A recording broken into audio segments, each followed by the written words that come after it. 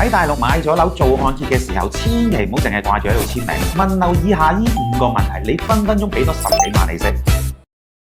首先第一點，直接問銀行呢筆貸款係唔係浮動利率，調整週期係幾耐？依家內地銀行基本上都係浮動利率，各間銀行嘅規則都唔一樣，有啲係1年調一次，有啲係3個月調一次，甚至有啲半年調一次。了解清楚你調整嘅時間，你先可以好好咁規劃每月嘅開支，就唔使擔心供款突然有變動。第二點，銀行放款之後究竟幾耐先至可以提前還款呢？依家大家都流行長貸短還，手頭上有少少現金鬆動，都想還緊啲貸款，但係唔同銀行有唔同嘅規矩，有一啲要供滿1年先可以提前還款，有啲半年就得啦，甚至乎有啲銀行落咗數之後，第2個月你都可以提前還款，仲唔收違約金添。一旦冇問清楚，日後想提前還款又俾人罰錢，咁就無謂啦。第3點就係重中之重，提前還款會唔會收取違約金？收幾多？最低還款金額又係幾多？手機又可唔可以直接辦理呢？有唔少銀行依家都會收取幾個月嘅利息作為違約金，動輒都1萬幾千。如果發現銀行違約金偏高，規矩又唔合理嘅，大家完全可以更換銀行做貸款，唔使頂硬上。第4點，每年提前還款有冇次數限制？有啲銀行1年只可以提前還款1次，有啲就不限次數、